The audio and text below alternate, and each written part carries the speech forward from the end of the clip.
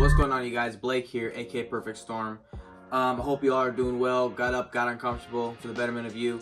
I am nursing an injury right now, so just don't mind this bad boy. The show goes on. So I had just a topic on my mind that I wanted to kind of get off my chest and explain and talk about.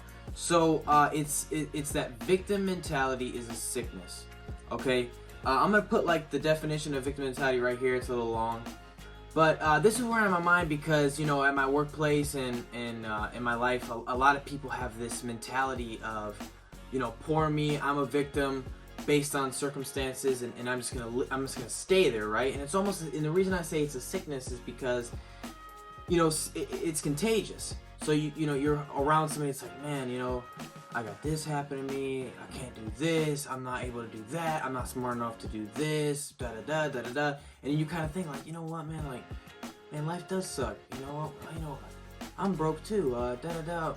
Maybe I'm not smart enough to go out for this job career. Maybe you know what, I don't feel like working out today. It's a sickness. And unfortunately, in today's society, especially in America, that is the number one sickness I think that we need to get out. We need to get the cure and the antidote, and we need to get it out of here. So I'm gonna like kind of go through like a list of why I think victim mentality is a detriment to our society and societies around the world. And yeah, so let's get right into it. Okay, so reason one of why victim mentality is bad is it lowers your self-confidence, self-sabotage, right? So when you're in that victim mentality, and let me just start off with, we've all been there, right? Every single one of us has felt bad about ourselves and one thing or the other, or a couple days a week even, right? But there's a difference between going through traffic and going through the traffic and getting to your destination, and staying in traffic and staying there, right? So instead of dealing with the situation and kind of going, man, okay, you know what, I gotta overcome this, I gotta adapt, I gotta overcome da da da, you know, you sit there and you go, man, poor me, I suck, I'm not good enough, oh man, boo-hoo, right? We can't do that.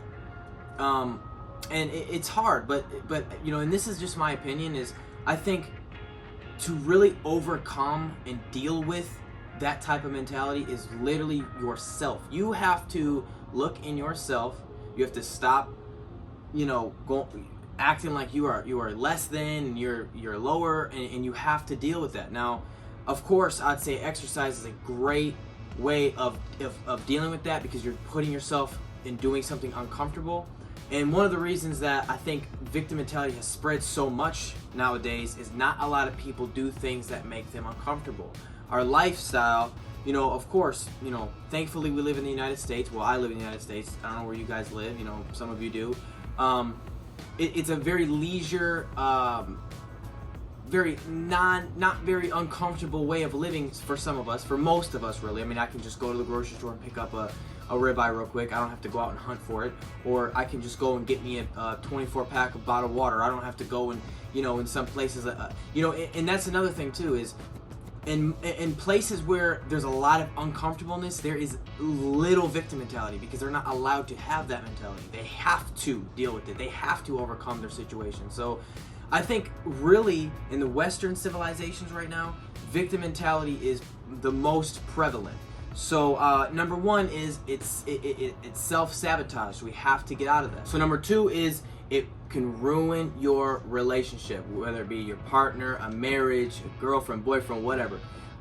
Especially if it's a long-term type of relationship, or it's a marriage and you guys are trying to figure each other out, you're living with each other, you know, of course you're gonna kind of annoy each other at first. It's gonna be it's a very, very long process. But if one person has this victim mentality and it's poor me all the time, and they cannot see their faults, when you're in that victim mind state, you genuinely cannot realize and understand and see your own faults and what you're doing and portraying into the world, it definitely falls back on you. Then you got people that really don't want to associate with you, and your partner wants to kind of avoid you and get away, because it's like, you know, you're not trying to argue, and when they're in that victim mentality, the whole world is against them, and everyone's mean and wait. So they don't see that they're doing very detrimental things to you, your partner in the marriage. And that's why I say it's a sickness, because it really gets into your brain, and you genuinely don't understand, or they don't understand that they're in that mind state. They don't realize it, so they're just living in this like negative cloud that they're walking around mean, they're walking around very sad all the time, and they it's lethargic. I've seen it many times personally. I've seen it many times with people. They're very lethargic. They have no energy. They're sleeping all the time. And that could be a detriment to your marriage. You know, you want a partner that's strong. You guys want to grow together. If there's no growth, living life, there's always going to be growth. You're in your 80s and 90s, 70s, you're going to be growing all the time. So when there's no growth and there's just always negativity, and for instance, say like, you know, for an example, if you guys are arguing and say this person has this victim attitude and is betraying, and they're being very mean and negative towards you, and you say, hey, you know, explaining to them, and all of a sudden you are attacking them, and they shell up and they get even more into this victim mind state. That can be a detriment to your marriage. You know, the communication is obviously key, but that victim mindset disease, watch out. You gotta watch it. And number 3, it weakens a society. And the reason I say that is, you know, I'm in the United States. I live in the United States. It's very leisure here. Like I said before, you know, I can go get a ribeye steak. I can go get some water if I wanted to. I can go travel and wherever. It's freedom, right?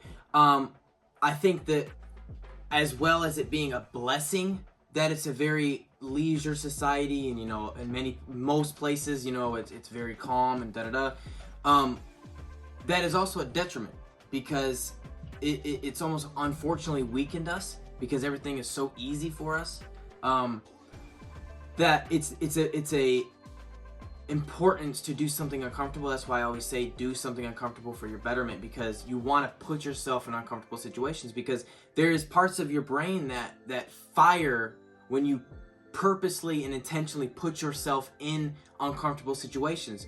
Andrew Huberman actually had a thing on this, and I watched what his take was, and there's literally, I'm not sure exactly. I can put the video in the description if you guys wanted to check him out. I love that guy. He's very knowledgeable.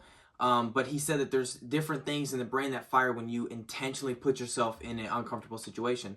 So, you know, that victim mentality, if you're staying in that victim mentality, you don't ever put yourself in uncomfortable situations. You want it to be the most comfortable as it can be, and unfortunately, you know, that is terrible. Especially American society. The American society has, in general, gotten extremely weak. I mean, in the last, like, you know, even in the last 20, 30 years, it's gotten way worse and way weaker. I mean, everything's being canceled. You can't say certain things, and you gotta, you know, even saying that you want to be strong, you want to be a strong man, you want to be a strong woman, that's controversial now. I don't understand why. I don't understand where it went off the rails on if you're being strong, it's toxic masculinity, you know, because obviously there's toxic men and there's toxic women. I mean, that's just the baseline. I don't understand how that's controversial, but that's why that victim mentality is important to get away. We have to extract it, because it weakens a society. So some ways to break that victim mentality, and now, you know, some may not work for others and some may work for others, and different, you know. So obviously I'd say exercise,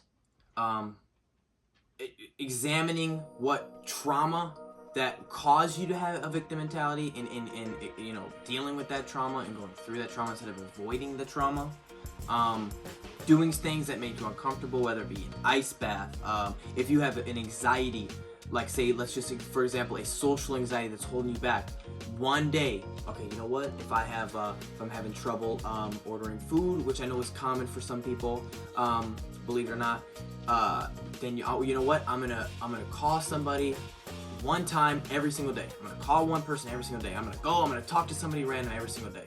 I'm gonna break this anxiety. If I have driving anxiety, okay, I'm gonna drive to this destination right here, and a different destination every single day to break that anxiety. The reason, how you deal with anxiety, in my opinion, and from my experiences, is not masking it by medication. I'm sure some medications work for some people. I'm not saying that they all don't work, but most of them work. If you look at like statistics, a lot of them are addicted. It changes your actual personality. I know somebody I work with, their children were on this particular medication, and it literally changed how he acted and his personality. So she had taken him off that medication.